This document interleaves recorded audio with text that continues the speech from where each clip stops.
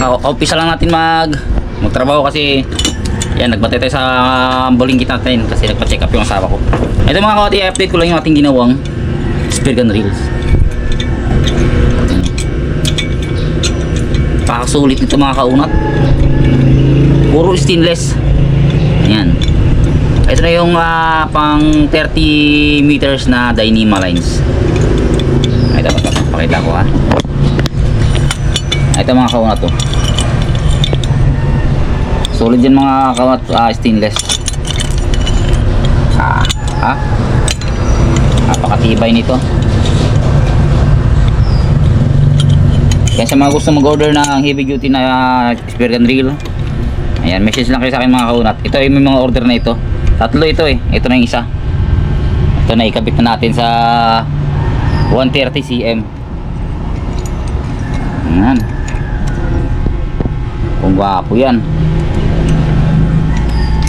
Dalawa ito mga kaunat. Yung isa yun pa. Yan yung isang yan.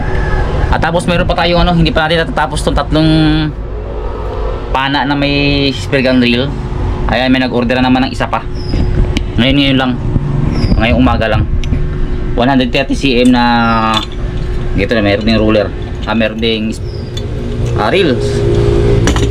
Tapos ito mga ito naman, itong isa na to ay ang kulang lang dito yung mga araw niya dito sa unahan. Ito, chopping na to. Ito na lang kulang yan. Yan, dyan yan. Ayan, sa mga gusto mag-order ng spear gun reels, ayan, message lang kayo dito sa akin sa Kaunat Spear Fishing. Pasupport na rin sa ating YouTube channel. Ayan, pasubscribe natin dyan. Tapos sa ating Facebook page, Algen Habonilio. Ayan, papalo na rin mga kaunat ha. Napakasolidong spear gun reel. Pero natin yung mga trigger housing natin. Lilinisan natin ito sa mga materials. So yun.